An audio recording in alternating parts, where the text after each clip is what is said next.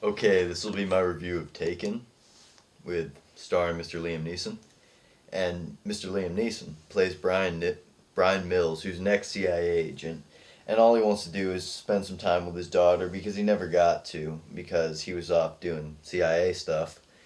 And he's just trying to do it, but his old bitchy, neurotic, insensitive wife, ex-wife rather, is just trying to keep him from doing it because she's a bitch and she has no compassion. And so yeah, trying to spend time with his daughter, and she's pretty conniving and immature and dishonest. And Mr. Mills, he's just a badass, so he's going around, and the setup for this movie is pretty seamless. um, yeah, she goes. His daughter wants to go to France, and Mr. Mills is kind of like, "Hey, I don't know about that. That's traveling alone is dangerous." Or she wants to go with her friend. Travel alone for 17-year-old girls is dangerous. Something could happen, and his wife basically just has the reaction, "Oh, that can't happen. You're crazy." So what happens is they go to France, and what do you know? Something happens, and they get taken and by people who want to addict them to heroin and turn them into prostitutes. Way to go, mom. But luckily, just as the men break in, it's really very lucky that his Liam Neeson's daughter was on the phone with him. So he gathers enough information through that phone call to know like who these guys are and where to find them, or at least a rough idea of where to find them. So basically, now Liam Neeson's got to break out all his old CIA shit and go over there and kick some ass. And that's really what this is, Liam Neeson going over there and kicking some ass. And that's awesome. Cause it's really well made, and there's some new action sequences and good action sequences. But that's what really sets this apart. That Liam Neeson's in it. And let me convince you right here. If you don't think Liam Neeson's a badass, let's look back at his other roles. He was Oscar Schindler, who I guess he's not really that much of a badass, but he saved a bunch of people, so I guess he's a badass. And then he played. He was a Jedi Knight, and he trained Ben Kenobi. And then he could not only kick Batman's ass, but he trained Batman. If you think Batman's a badass, he trained that guy.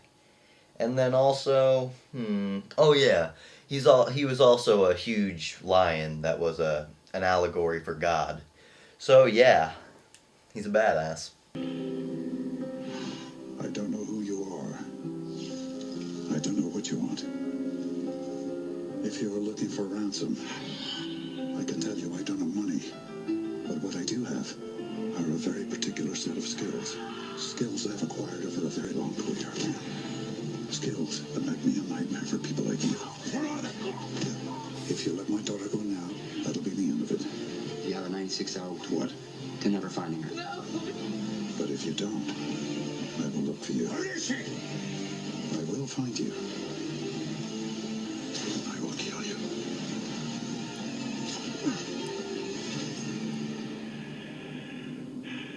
Good luck.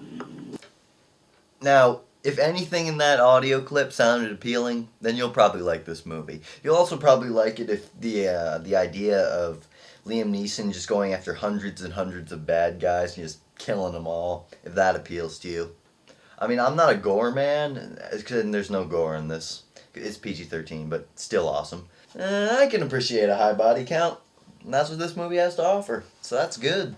Perhaps the guy on the other end of that phone call would have been less cocky if Mr. Neeson had explained to him that his particular set of skills, it's not very particular.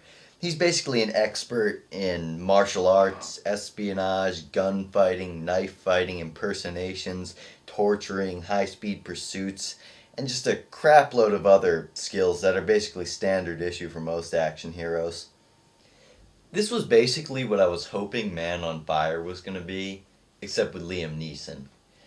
Because Man on Fire just kind of gets bogged down because even though Denzel's like a badass, he's kind of an asshole. He's going around like torturing people and killing them, and it's not fast enough. It was really they messed up because they don't have a high body count in that movie. The one good part is when Denzel's like, "Run!" and then he gets shot, and you're like, oh, whatever.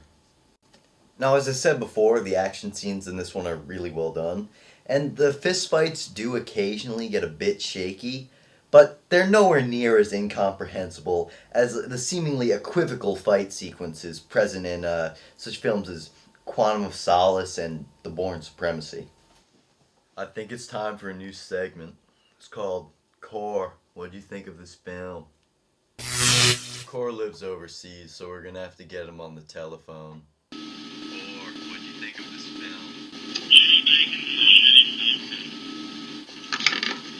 Ah, insightful as always. I do enjoy our heart-to-heart discussions on the proceedings of the cinematic world. Very good.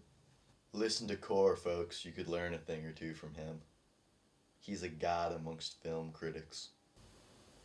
So if the thought of Liam Neeson going after a bunch of bad guys excites you, the last few Bond and Bourne movies left you wanting more, both in terms of quality and quantity, or you just enjoy a well-crafted action picture, chances are this film is for you.